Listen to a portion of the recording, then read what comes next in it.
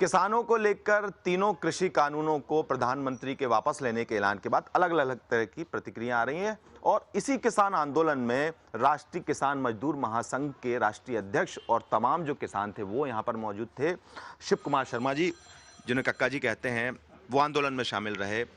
क्या आपकी लड़ाई पूरी हो गई? आप मानते हैं कि आप जो अब तक लड़ाई लड़ रहे थे किसानों को लेकर, क्या आप मानते हैं कि आपकी लड़ाई पूरी हो चुकी है? देखिए, सबसे पहले मैं प्रधानमंत्री जी का आभार, धन्यवाद और बधाई देना चाहता हूँ, नंबर 1। नंबर 2, हमारी 2 मांगें थी। पहली मांग थी एमएसपी पर गारंटी का कानून और 3 कृषि कानून रद्द हो। अभी आधी हमारी मांग पूरी हुई है। आधी मांग से आंदोलन समाप्त नहीं हो सकता, क्योंकि कुछ राज्यों में सबसे नंबर 1 पर एमएसपी की गारंटी की बात होती है, कुछ 1-2 राज्यों में काले कानून की बात होती है। तो हम किसी को भी नंबर 1-2 पर नहीं कर सकते, दोनों बराबर हैं हमारे लिए। तो जब तक एमएसपी पर गारंटी का कानून नहीं बन जाता, जब तक तीनों कानून रिपील पार्लियामेंट में नहीं हो जाते, तब तक आंदोलन वापस नहीं होगा, क्योंकि आंदोलन में 700 लोगों ने शहादत दी है। आंदोलन ये मामूली नहीं है, दुनिया और देश विश्व का सबसे लंबा चलने वाला महान आंदोलन है ये, और ये आंदोलन इतनी आसानी से समाप्त होने वाला नहीं है। इसलिए सरकार को भी बहुत मुगालते में नहीं रहना चाहिए। सरकार को एमएसपी पर गारंटी के कानून की घोषणा से काम नहीं चलेगा। अभी शीतकालीन सत्र को समय है, सरकार से अनुरोध कर रहे हैं कि आप एक कमेटी से तय करके एमएसपी की गारंटी का कानून और ये रद्द करने वाले दोनों कानून को पार्लियामेंट में एक दिन लाएं, और जिस दिन ये ले आएंगे उस दिन तत्काल एसकेएम की कमेटी बैठ के विचार करेगी। कल हमारी बैठक होने वाली है 9 मेंबर कमेटी की। उस बैठक में कुछ बिंदु तय होंगे, आगामी रणनीति तैयार होगी। सरकार ने बहुत ज़्यादा वक्त ले लिया इस बात को ऐलान करने में, क्योंकि काफ़ी लंबा टाइम निकल गया इस बात को समझने में कि कृषि बिल को लेकर जो कृषि कानून है उनको बदलना चाहिए, उनको वापस लेना चाहिए। आपको लगता है बहुत टाइम ले लिया? देखिए, मुझे टाइम ले लिया इस पर तो आश्चर्य है ही।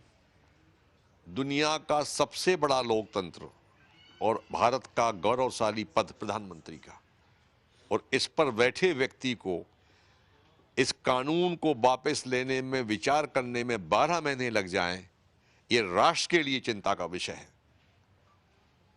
क्योंकि प्रधानमंत्री को इतना संवेदनशील जरूर होना चाहिए कि जो कानून किसान को नहीं चाहिए है उसको हम जबरदस्ती क्यों देना चाहते हैं, क्यों हम जिद कर रहे हैं। उसके वजह से आज 700 किसान शहादत दे चुके हैं।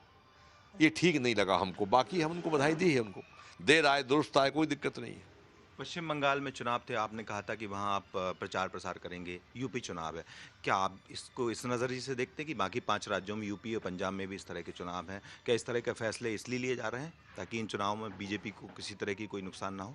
देखिए, हम चूंकि नॉन पॉलिटिकल लोग हैं, तो हम इन विषयों पर ज़्यादा सोचते नहीं हैं कि सरकार क्यों निर्णय ले रही है। हम अपना काम कर रहे हैं ईमानदारी से। अहिंसात्मक गांधीवादी आंदोलन हम चला रहे हैं। अब सरकार पर कैसा दबाव है, कहाँ का दबाव है, चुनाव का दबाव है, पर हाँ, ये महसूस करते थे हम कि यूपी इलेक्शन के पहले सरकार कोई बड़ा फैसला लेगी, क्योंकि राजनीतिक पार्टियां अपने नफा नुकसान चुनाव में देखती हैं और उस दबाव में आके वो काम करती हैं। तो एक अंदाज हम ऐसा लगा रहे थे केवल। बाकी क्यों कर रहे हैं, सब अपनों से ही वो घिर रहे थे।